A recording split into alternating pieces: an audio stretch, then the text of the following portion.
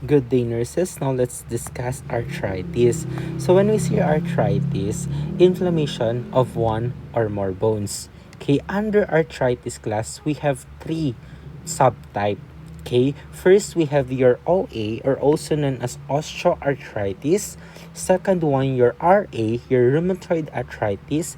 And last, your GA, your gouty arthritis.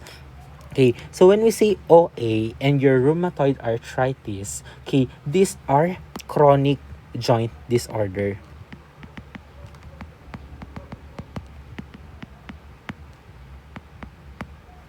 Okay, these are chronic joint disorders but with distinct pathophysiologies.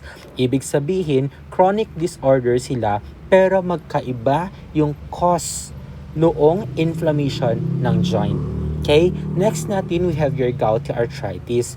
When we say gouty arthritis, nagkakaroon ng inflammation ng joint because of increased uric acid, or also known as hyperuricemia. Okay, so in here, dito sa lecture na to, we will be only discussing your osteoarthritis and rheumatoid arthritis. Okay, so but all in all class, okay, so pag sinabi nating arthritis, nakafocus ang nursing care natin sa pain management, joint protection, promoting mobility and independence. So doon umiikot yung mga nursing care natin pagdating sa arthritis. Okay, so ngayon, proceed tayo sa first disorder. We have your OA, or also known as osteoarthritis. Pag sinabi natin osteoarthritis, this is a chronic degenerative joint disease causing cartilage breakdown. Okay, nagkakaroon ng degeneration. Bakit nagkakaroon ng degeneration? Because of aging. Okay, usually class, kapag sinabi nating osteoarthritis, usually associated yan with aging. Okay, nagkakaroon ng degeneration, kaya nga isa siya sa mga risk factor natin is yung aging. Okay, bakit? Habang tumatanda tayo, okay, yung habang tumatanda tayo, dahil na overuse na natin yung ating katawan, nagkakaroon na ng degeneration. Okay, paunti-unti nang nagbe-breakdown yung particles or yung particles ng ating cartilage, kaya nagkakaroon siya ng breakdown. Okay, kung naalala ninyo yung theory ninyo na wear and tear theory, okay, dito pumapasok si osteoarthritis. Okay, this is the most common type or most common form ng arthritis. Okay? And usually, ang commonly affected na joint dito is yung mga tinatawag nating weight-bearing joint.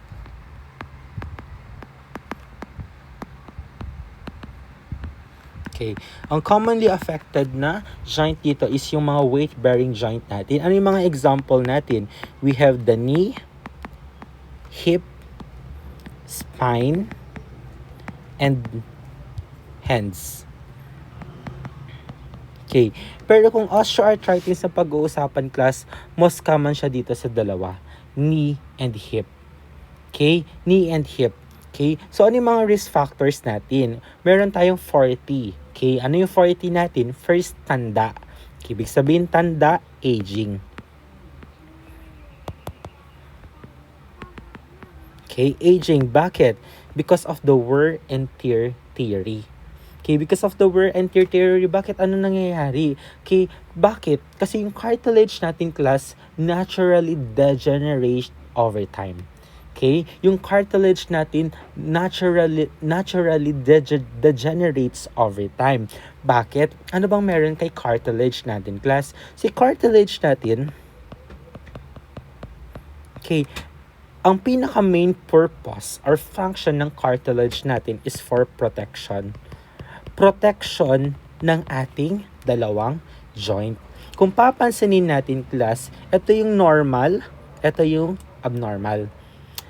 Kung ito yung dalawang buto natin class, okay, yan yung dalawang buto, hindi dapat nagkakaroon ng friction between the two bones. Bakit? It can cause inflammation. So si ating cartilage, siya yung protection natin para ma-prevent yung friction dito sa dalawang buto. So, bakit siya ang nagiging protection natin?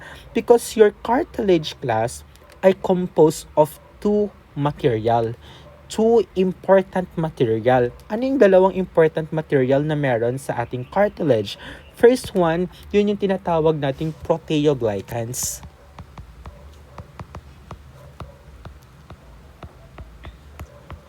And second one, collagen.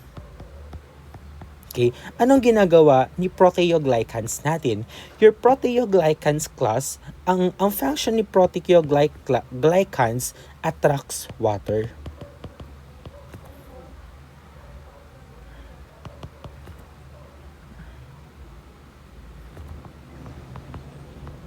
Okay, attracts water class, ibig sabihin, ina-absorb niya yung tubig. Parang kumbaga, siya yung tinatawag nating shock absorber.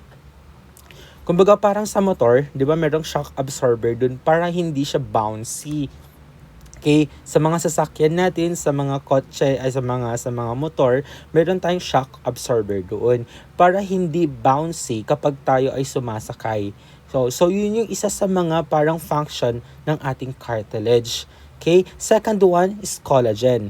Si collagen naman natin provide strength and structure. Okay, provide strength and structure. Okay, kaya siya ay nagiging protection ng dahil matibay si collagen natin. Okay, so yan yung dahilan kung bakit natin or bakit nagkakaroon ng osteoarthritis ang matatanda dahil ang ating cartilage nagkakaroon ng degeneration over time. Nasisira daw siya kapag tayo ay tumatanda na. Okay, so kapag once na tumatanda na tayo, nagdi-decrease yung proteoglycans natin, nagdi-decrease yung collagen natin, kaya ano nangyayari sa cartilage mo? Nag-weak. At kapag nag-weak ang cartilage natin, class, wala ng protection yung buto natin. At kapag wala ng protection yan, ang tendency, pag once na nawala itong ating cartilage, may mataas na possibility na itong dalawang buto ay magkaroon ng friction. At pag nagkaroon ng friction, masisira sila, that can lead to inflammation. At pag may inflammation, that can lead to pain. Okay, kaya merong arthritis or isa sa mga manifestation niya ay may pain. Second one, taba. Okay, so bakit taba? That's obese or obesity. Okay, bakit? Kapag once na obese or masyadong mabigat ang isang tao, nagkakaroon ng increased joint stress. Okay, nagkakaroon ng pag-increase or na tumataas yung stress na binibigay niya sa ating joint. Aside from that, class, pag once na obese din ang pasyente or ang isang tao, okay, meron tayong mga fat tissue. Okay, masyadong mataas yung fat tissue natin sa ating katawan. Pag once na mataas ang fat tissue, remember class na yung fat tissue natin releases adipokines. Okay, nagre-release yan ng adipokines. Anong ginagawa ni adipokines natin? Adipokines natin is inflammatory mediators. Okay? Kaya mag-risk tayo magkaroon ng inflammation. Kaya kapag once na mataba ang pasyente or obese ang pasyente, risk siya sa formation ng osteoarthritis. Aside from that, di ba pag once na mabigat tayo, ang tendency, pag mabigat tayo, lalo na kapag sa tuhod yan, okay, ang nangyayari dyan, dahil masyadong mabigat, okay, napupush downward yung ating buto because of the weight. So kapag once na na-push yan, magkakaroon ng narrowing dito. Pag nagkaroon ng narrowing, magkakaroon ng friction or magra-rub itong dalawang cartilage natin. At kapag sila ay nag-rub, sila ay masisira kaya nagkakaroon ng degeneration. Okay? So yan yung isa sa ating risk factor. Next one, we have the trauma. Okay, your trauma natin usually because of fracture or nagkakaroon ng tinatawag nating ligament tear. Okay, napupunit yung ligament natin that can lead to degeneration ng cartilage. And lastly, your tension or yung tinatawag nating joint stress. Okay. So usually, nagkakaroon ng joint stress kapag once na frequent or mayroong repetitive movement. Okay. Usually kapag tayo ay galaw ng galaw, may frequent movement or repetitive movement.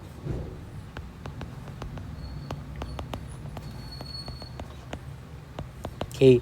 So yan, nagkakaroon tayo ngayon ng or risk tayo magkaroon ng osteoarthritis. Ano ba yung mga repetitive movement natin, class? Usually, yan yung tawag na nito, yung typing. Okay? Yung pag nagta-type tayo sa ating what they call this one, yung gumagamit tayo ng laptop o pag nag-encode tayo. Okay, pag yun, usually ganyan. Okay, bakit anong ginagawa niya? Nagkakaroon kasi yan ng microtrauma. Okay, nagkakos yan ng microtrauma doon sa cartilage natin. Eh, yung microtrauma na yan, kahit napakaliit lang yan, pero kung paulit-ulit at napakatagal, napupuno yung dumadami. Okay, dumadami yung maliit na yan at kapag once na masyado nang madami yung trauma, kahit maliit yan, that can lead to degeneration. Kaya magkakaroon ng osteoarthritis. Okay, so itong apat na ito, aging, obesity, joint stress, and trauma. Okay, sorry, magkabaliktad. Tama pala. So, okay, aging, obesity, trauma, and joint stress. Okay, usually, anong ginagawa nila yan sa ating cartilage? That can lead to degeneration. Okay, yung apat na yan, dine-degenerate niya yung ating cartilage. So, kapag once na nagkaroon ng degeneration sa cartilage natin, nagdi-decrease yung protection. Okay, bakit siya nagdi-decrease? Yung cartilage kasi natin, class, nagiging thin siya at nagiging rough. Okay, nagiging thin and rough. Dapat ang cartilage natin, class, is smooth siya.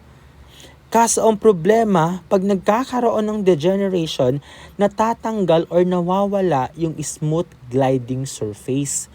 Okay, natatanggal or nasisira yung smooth gliding surface ng ating cartilage. At kapag once na nagkaroon or nasira yung smooth gliding surface ng cartilage, nagkakaroon ng joint space narrowing. Okay, kung mapapansin natin, class, ito yung normal natin na joint. Okay, so because of the degeneration ng ating cartilage, numinipis yung ating cartilage at nagiging rough. Pag numipis at naging rough yung cartilage natin, class, sisikip, okay? Instead na ganyan sana yung space, sisikip ngayon. Okay? Sisikip ngayon yung space between sa ating joint. Okay? Sisikip ngayon yan. Kapag once na sumikip yan, okay, nagkaroon ng narrowing, okay, mas lalapit ngayon yung dalawang buto. Magkakalapit ngayon yung buto at kapag once na nagkalapit yung buto, daan na magkakaroon ng exposure and friction. Okay, magkakaroon na ngayon ng friction. Bakit? Masyado silang malapit sa isa't isa dahil yung ating cartilage ay numipis. At kapag nagkaroon ng friction, nagkakaroon ng tinatawag nating subchondral ito. Dapat letter O. Okay, subchondral bone sclerosis. What is subchondral? Yung subchondral natin, class, yun yung buto doon sa ilalim ng cartilage natin. This one. Okay, kung ito yung cartilage mo, andito si subchondral. Okay, yung dito sa ilalim niya, that's the subchondral bone. Okay, ano nangyayari sa kanya? Nagkakaroon ng sclerosis. Ibig sabihin ng sclerosis, meron daw hardening. Okay, nagkakaroon daw ng hardening. Bakit nagkakaroon ng hardening, class? Dahil yung ating buto, tinatry niyang mag-adapt dun sa stress. Okay, tinatry niyang mag-adapt dun sa stress. Parang sa kamay lang natin yan. Kumbaga, sa kamay natin meron tayong kalyo. Okay, yung mga matitigas na skin or the dead skin sa ating kamay. Bakit ba nagkakaroon ng dead skin or ng kalyo sa ating kamay? Una, kapag tayo ay usually ginagamit natin yung kamay natin sa pagbubuhat, Okay? Or usually kapag ikaw ay matrabaho, okay, yung nagbubuhat ka ng mabibigat, okay, naglalaba ka, okay, so yun, gumagamit ka ngayon dun ng friction or nagkakaroon ng stress dun sa skin natin. Okay, so ngayon, pag once na nagkaroon ng stress, masisira yung ating epithelial cells or yung skin or cells natin. At pag nasira yan, okay, ang tendency, dahil nagkakaroon ng pagkasira, titigas ngayon yung skin cells mo. Okay, ganun lang din doon sa ating buto. Okay, dahil nasisira na yung cartilage natin, wala na tayong protection, nag-i-increase yung stress doon sa buto natin. As a result, nagkakaroon ng sclerosis or hardening. Okay, and then next, nagkakaroon ng osteophyte formation.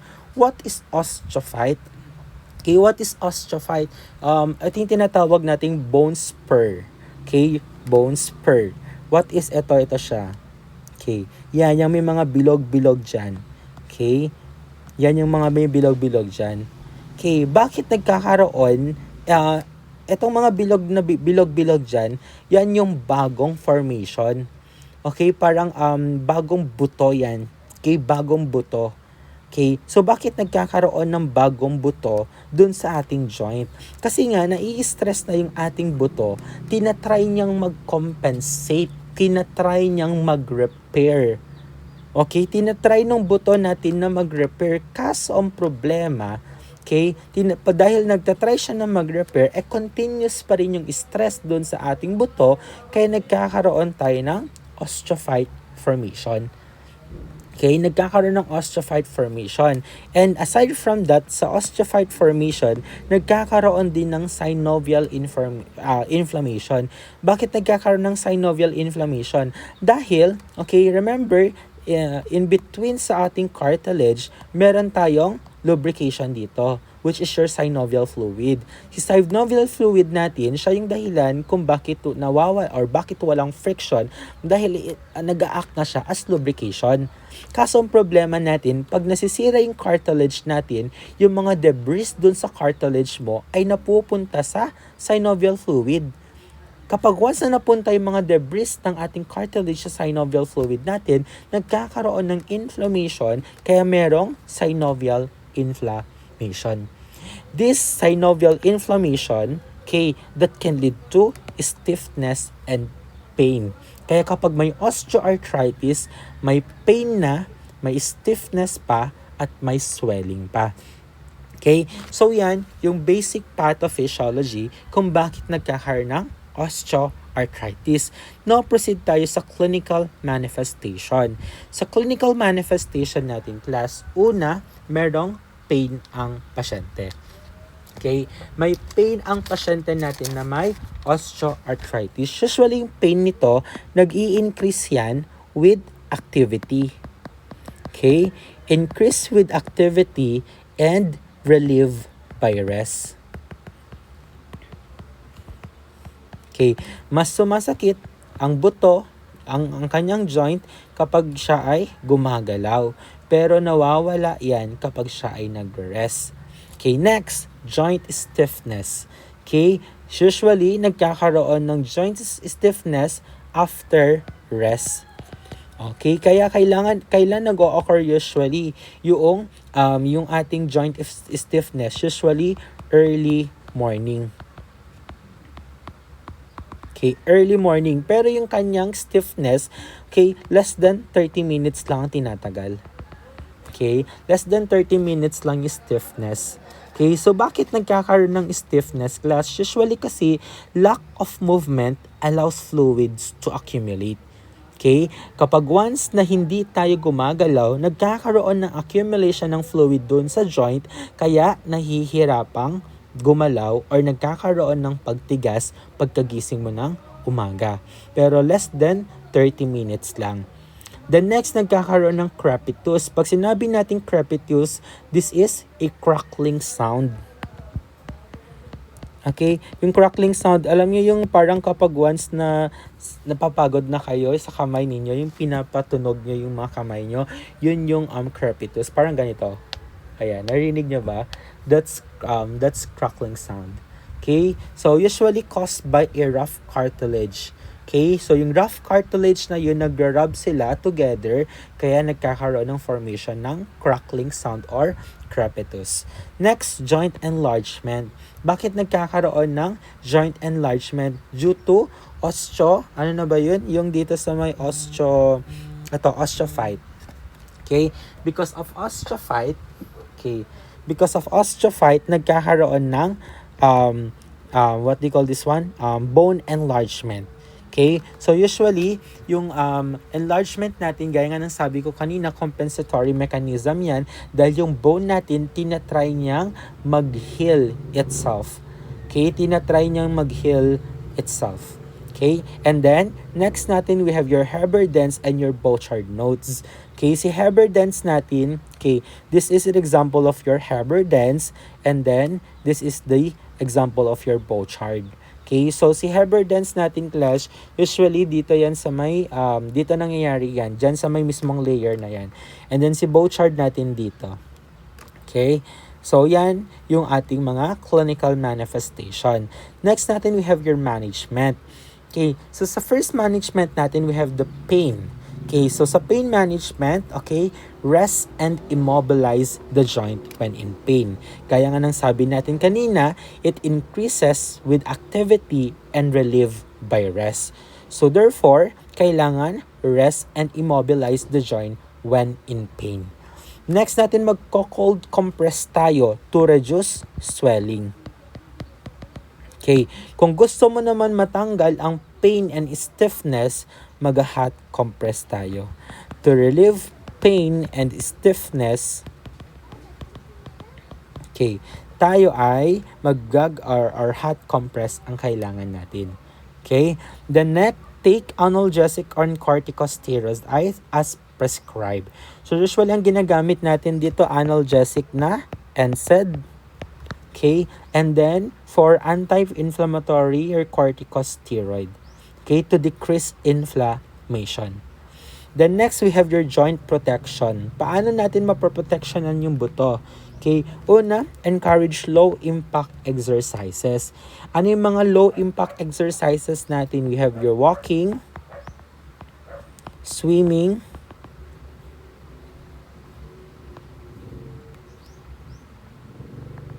okay. And then, pwede din Tai Chi. Okay. So, yan yung mga low-impact exercise. Bawal siyang tumakbo, bawal siyang mag-jogging. Walking lang dapat. Okay? Kasi it can increases joint stress. Mas lalong sasakit yung joint ng pasyente mo. Then, use assistive devices for activity of daily living. So, ano yung gagamitin natin dito? Yung mga assistive devices natin. Like canes, okay? O, see, kailangan natin gumamit ng canes. Ano pa? Kung balak mo mag-open ng can, kailangan electric can opener nang gagamitin mo, hindi na yung manual. And then, kapag once na magbabrush ka ng hair mo, kailangan long-handled hairbrush. Okay, hindi pwede yung maigsi para hindi mo iangat ng mabuti yung kamay mo kasi nagkakaroon yan ng or nagbibigay yan or nagko-contribute yan ng stress sa ating buto. Okay, and then use large joints rather than small joints for tasks. Okay, so usually large joints tayo. For example, pag magbubuhat ka, dapat yung pressure ay nasa shoulder, hindi sa fingernails mo. Sorry, sa fingers mo I should say. Okay? So, dapat yung pressure nasa shoulder kasi nga big bone to. Okay? Large bone to. Hindi dapat doon sa finger yung pressure kasi small joint yan. Okay? So, magbibigay lang yan ng stress that can lead to pain. Okay? So, yan yung management natin for osteoarthritis. Now, proceed tayo sa second disorder natin. We have your rheumatoid arthritis. Okay, sa rheumatoid arthritis natin, chronic and autoimmune. Ibig sabihin, autoimmune disorder siya causing systemic inflammation. Yun yung pinagkaiba ng ating osteoarthritis because your osteoarthritis class, local inflammation lang yan.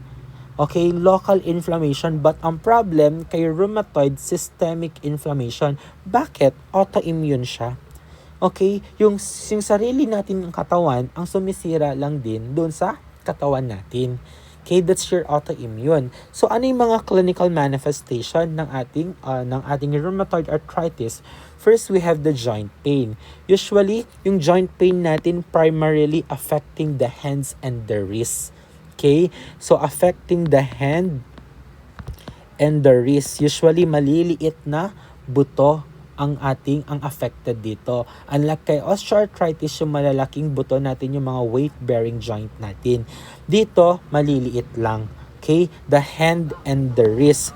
Aside from that, yung pain natin dito, kung kanina sa osteoarthritis, increase with activity and decrease by, relieved by rest, dito naman, nag-i-increase, okay, nag-worsen yung pain. Okay? Pain worsen with prolonged activity, prolonged rest. Okay. Pain worsen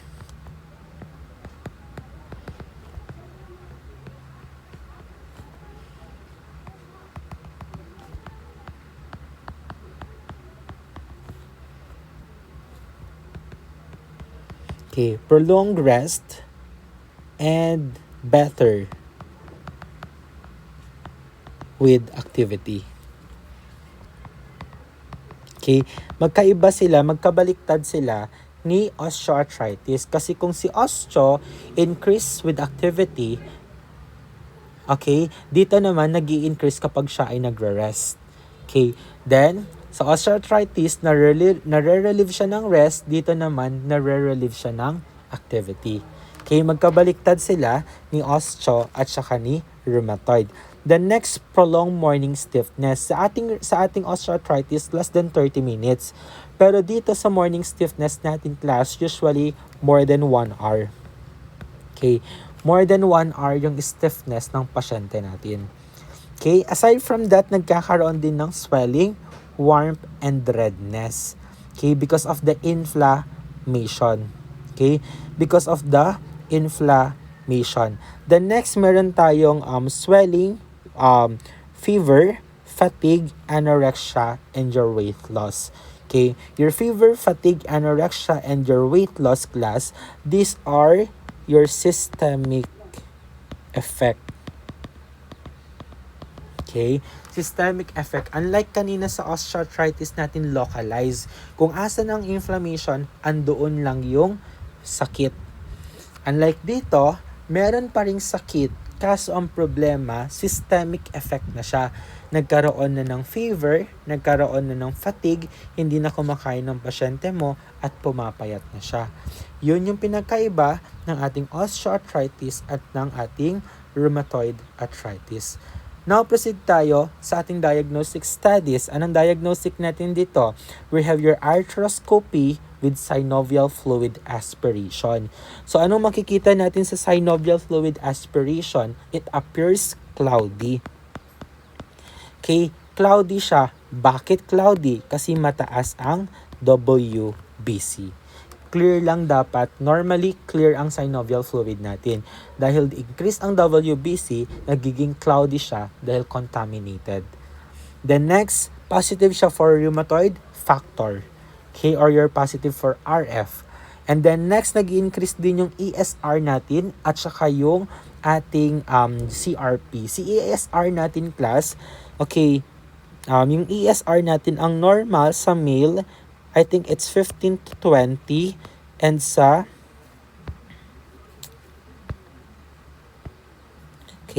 female natin, 20 to 30 millimeter per hour. Okay? So, yan yung normal ESR natin. Okay? So, anong management natin for rheumatoid arthritis? First, pain management. Okay? So, sa pain management natin, we administer DMARS. What is DMARS natin, class? Yung DMARS natin, this is disease-modifying anti-rheumatic drugs. Okay? Disease-modifying anti-rheumatic drugs. Anong example natin dyan? Your methotrexate.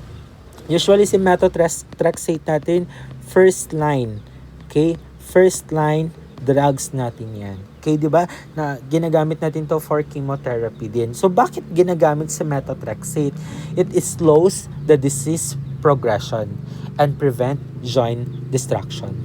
Okay? So, dinidecrease siya yung progression ng sakit. And then next, we administered also biologic. Ano yung biologics natin? We have your etanercept and infliximab. Okay, so ano si etanercept natin, class? Okay, so pag nagbibigay tayo ng etanercept or ng biologics, we need to monitor and report signs of infection. Bakit? Bakit kailangan nating i-sign? Because this medication are immunosuppressant. Okay, so immunosuppressant sila to suppress immune system. Okay, to suppress immune system. Kasi nga, siya ay autoimmune. Okay, dahil yung sarili nating katawan, yung sarili nating fighting cells ang umaatake, kaya kailangan mong i-suppress yung immune system mo para ma-stop or ma-decrease yung pag-atake doon sa ating joint. Okay, so we need to monitor and report signs of infection. Okay, bakit? Immunosuppression sila. And next, we need client must test negative for TB before starting the treatment. Bakit? Kapag ang ating pasyente ay nasa latent yan, okay, ibig sabihin ng latent stage, okay, kapag latent stage kasi, dormant, okay, dormant yung ating Mycobacterium tuberculosis. Ibig sabihin natutulog sila.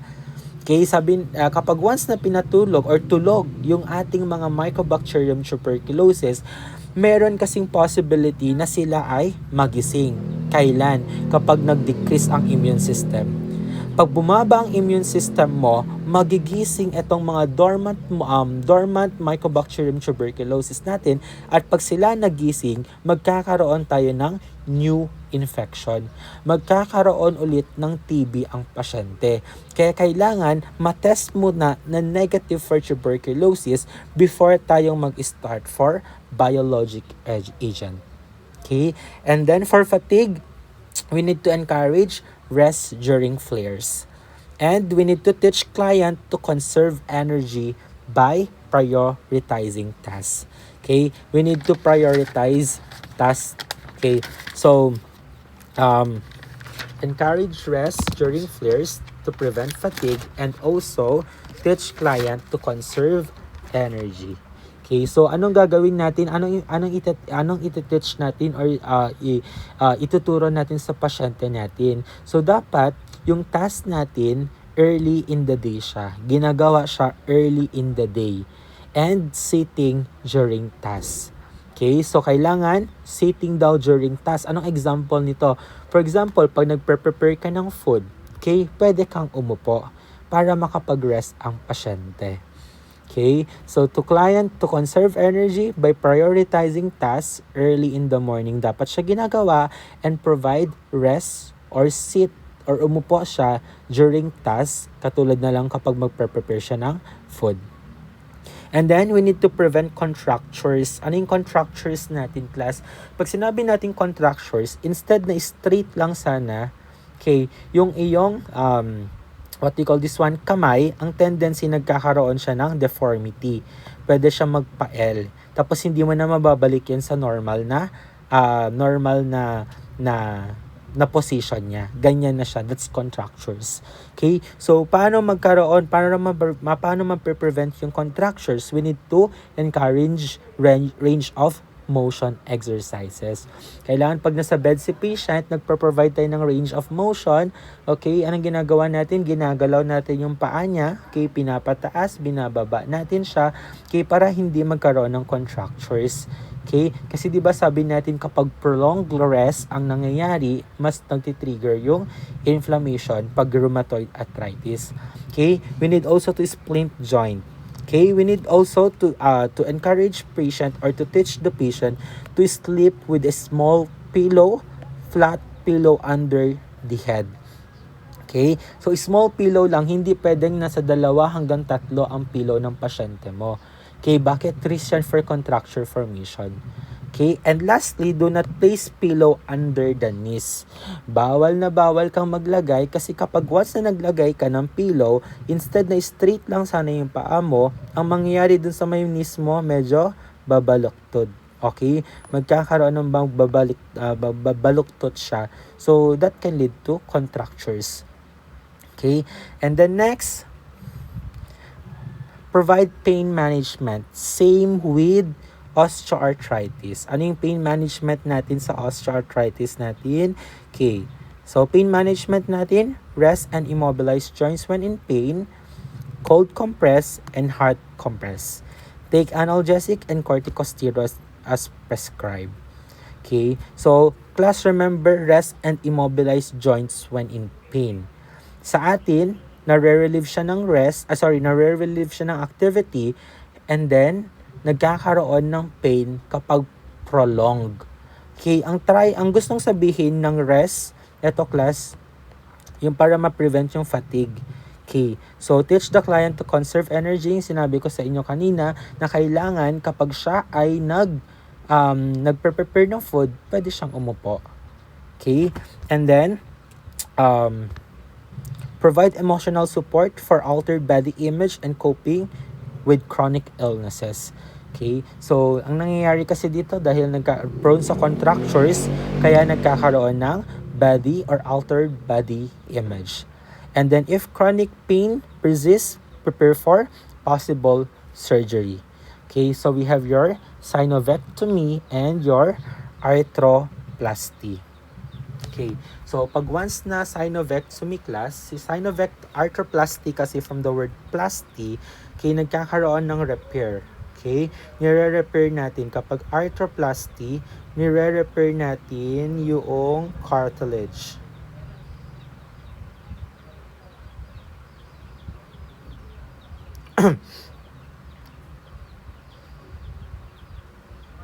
Okay. So, pinire-repair natin, okay,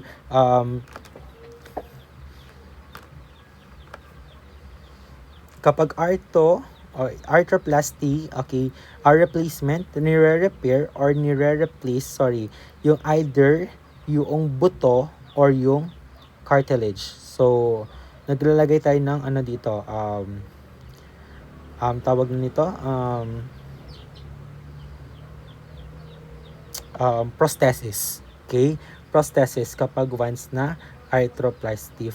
Pag sinabi naman nating synovectomy, from the word syno, okay, synovec, okay, your syno, it's your synovial fluid. Ectomy, removal. So, kapag once na synovectomy, okay, usually this is a surgical procedure. Okay, tinatanggal natin yung mga inflamed synovial fluid.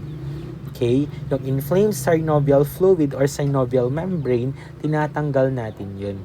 Okay, yan yung dalawang surgical procedure if chronic pain persists. Okay, so usually class, bakit kaya nagkakaroon? Okay, bakit nagkakaroon ng what they call this one? Bakit sa rheumatoid arthritis, bakit yung pain niya mas nag-i-increase kapag nagre-rest? Okay, so usually kasi class, kapag once na rheumatoid arthritis yan, okay, yung ating katawan kasi inaatake niya yung cartilage natin. Okay, inaatake niya yung cartilage natin at inaatake niya rin yung synovial fluid. Pag nagkaroon ng pag-atake, nagkakaroon kasi ng inflammation dun sa ating synovial. Okay, so nagkakaroon ng na pag-atake, kaya nagkakaroon ng inflammation. Kaya merong pain. Bakit siya nare-relieve ng activity? Kasi kapag once na ginagalaw natin class, remember yung cartilage natin, sabi natin attracts water kanina. So hanggang meron pa tayong cartilage sa ating buto, ina-absorb niya ngayon habang gumagalaw tayo, yung cartilage mo, ina-absorb niya yung mga inflamed synovial fluid. Kaya siya nare-relieve ng activity. Okay? Kasi nawawala yung inflamed synovial fluid natin at napapalitan siya ng panibago. Kaya nawawala yung pain ng pasyente natin kapag gumagalaw. That is your gouty arthritis and your rheumatoid arthritis. Now, let's differentiate your gouty arthritis and your rheumatoid arthritis. Okay, pag sinabi natin gouty arthritis class, okay, anong cause niya? Sorry, osteoarthritis and rheumatoid arthritis. So, anong pinagkaiba nila? Anong cause ng ating osteo? Pag osteo, joint degeneration from repetitive stress. Usually, common dito yung ating four risk factors natin. We have your 4T.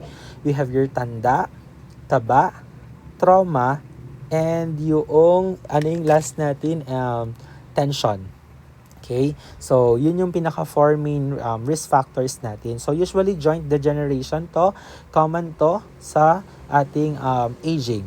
Okay? Kasi nagkakaroon ng degeneration ng ating cartilage over time. Rheumatoid naman, autoimmune. Si autoimmune natin, inaatake niya yung joints and yung ating synovial fluid, plus nagkakaroon ng systemic inflammation. Okay, ano yung pain pattern niya? Pag once na OA yan, worse with activity, better with rest. Pag rheumatoid naman, better with activity, worse with prolonged rest. Always remember, class, prolonged rest. Okay? Hindi lang siya basta rest. Prolonged, ibig sabihin matagalan. Kaya nga nagkakaroon ng stiffness, di ba? Usually mahabang stiffness niya early in the morning kasi nga kapag once na tayo ay what we call this one, natulog, di ba? It takes how many hours yan? That's prolonged rest. Okay, we consider that one as prolonged rest kaya mayroong inflammation after natin or stiffness pagkagising natin. Okay, morning stiffness lasts less than 30 minutes, hindi nagtatagal, but this one lasts more than 1 hour. Okay, next, asymmetrical. Yung joints dito asymmetrical and often large. Ibig sabihin, class, kapag osteoarthritis yan, one-sided lang siya. Okay, one-sided lang ang affected. Kung right ang may inflammation, right lang siya. Okay, at saka usually, large joint ang kanyang inaapektuhan. Unlike kapag yan ay rheumatoid, symmetrical, ibig sabihin both hands, both feet pwedeng magkaroon ng inflammation. Usually, small fingers lang ang affected. Fingers and wrists. Small joint, I should say, ang affected. The fingers and wrists. And then systemic findings, none dito. Dito sa ating rheumatoid, meron. We have the fatigue, anorexia, fever, and weight loss. And then, nag-i-increase yung ESR natin or yung inflammatory markers natin. Anong normal natin? We have the 15 to 20 pag lalaki and 20 to 30 kapag babae. Okay? So, OA versus RA. Okay. OA versus RA, pag sinabi natin OA, pain worsens with activity and improve with rest. While rheumatoid arthritis naman, pain improves with activity and worsen with prolonged rest. Okay, unlike OA, RA causes systemic inflammation or symptoms such as fatigue, weight loss, anorexia, and fever. Okay, then sa management natin, OA management, we need to encourage weight loss. Okay, weight loss, ano pa? We need to low impact exercises such as walking, swimming, and tai chi.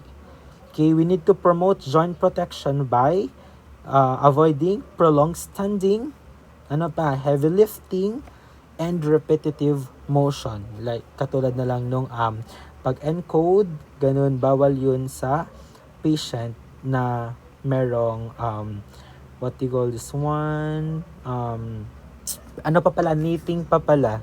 Knitting, yun yung mga example ng repetitive natin, knitting at saka encoding or typing.